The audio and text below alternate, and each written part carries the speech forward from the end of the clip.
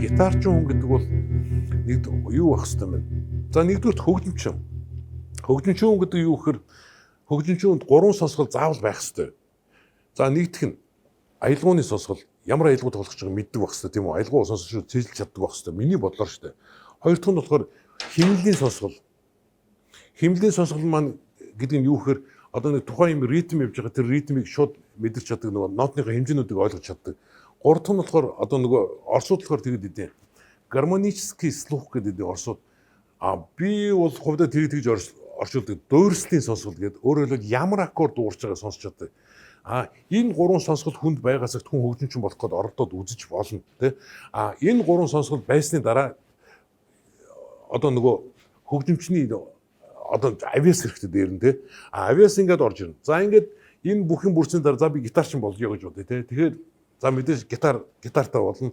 Гитарыг дагаад баахан тоног хэрэгслүүд ирдэг. Нөгөө гişгдэг педал одоо интервалны өсгч мөсч баахан тиймтэй болох хэрэгтэй болно. Тэрийг ажлууд сурахын тулд хүн бас техникийн бас хэмжээний мэдлэгтэй байх хэрэгтэй.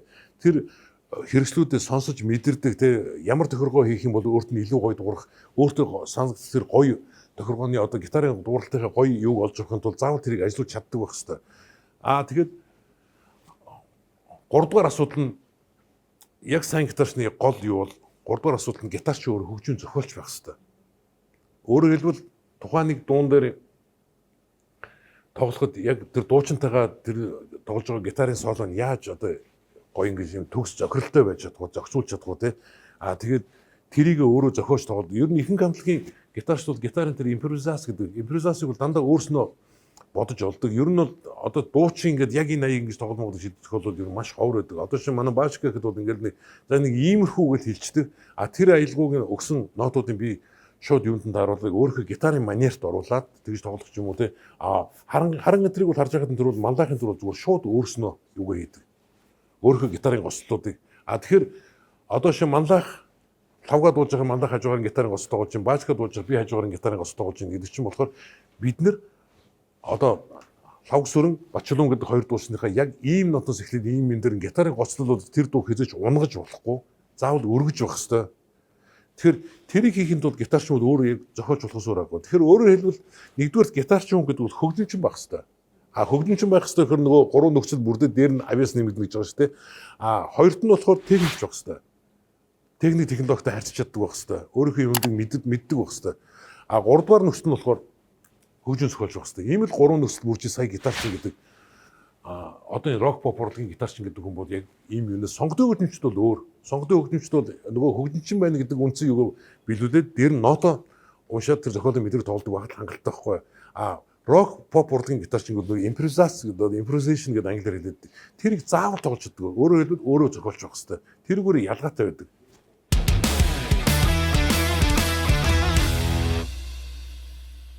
Тийм гитарчин гэдэг бол юу байдаг л да. Гитарчин гэдэг хүн бол юу вэ?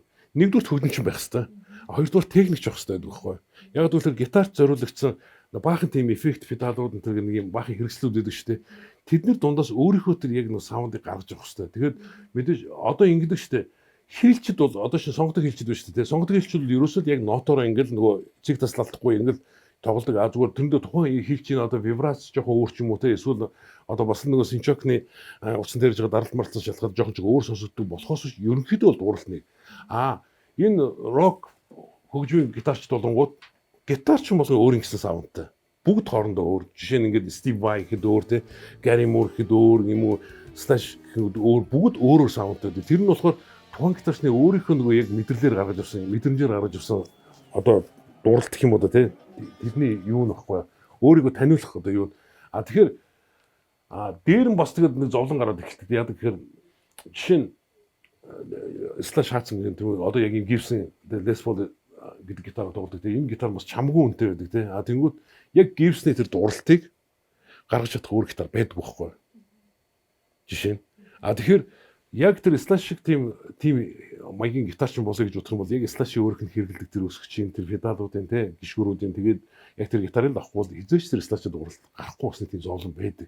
Яг зүгээр сүүлийн үед нэг юм компьютерийн янз янзын нөгөө гар утасны ап шиг тий ийм сайжруулсан юмд гарсан байхгүй дандаа ингээд юу татдаг апдейт хийгээд яваад байдаг. Тэгэхээр тэр бол хизээч яг тийм натурал гоё тэр дууралт байна шүү дээ тий. Яг оригинал дууралт хизээч гүйцэтгэв гэж би хувьдаа боддог шүү.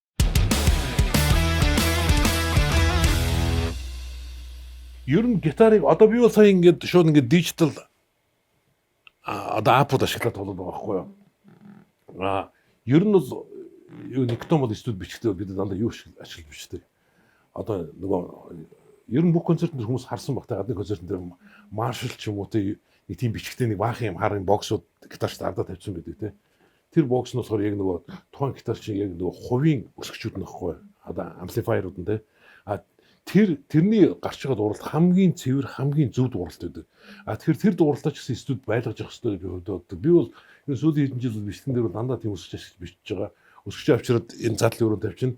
Тэрэн дээр микрофон зоочно. Өөрөөр хэлбэл ийм дижитал юу биш шууд одоо аналог саунд гаргаж явна гэж ярьдаг. Яг одоо натурал дууралтаар нь. Тэгвэл гитар нь хамгийн зөв яг гитар шиг дуурдаг байхгүй. Хичнээн энэ сүүлийн манай шинжилгээ техник хөгжөөд ийм баах юм дижитал ийм аппликейшнууд гараад тэ ингээд яваад байгаа ч софтверууд гараад байгаа ч гэсэн хизээш тэр яг тэр амьд гоё аналог дууралтыг гүйцэтгэв би хувьдаа одоо ер нь над шиг бодолтой гитарчдууд дэлхийд их байд юм байна.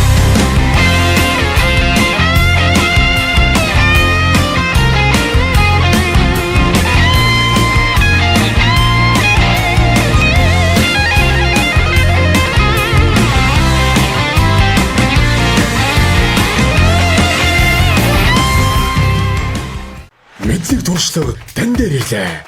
Салбар бүрийн мастеруудын дахин давтагдшгүй туршлагаас суралцах боломжийг Mentor Hub танд олгож байна. Та яг одоо App Store болон Play Store-оос аппликейшнийг татаарай. Mentor Hub-д тавтамжтай.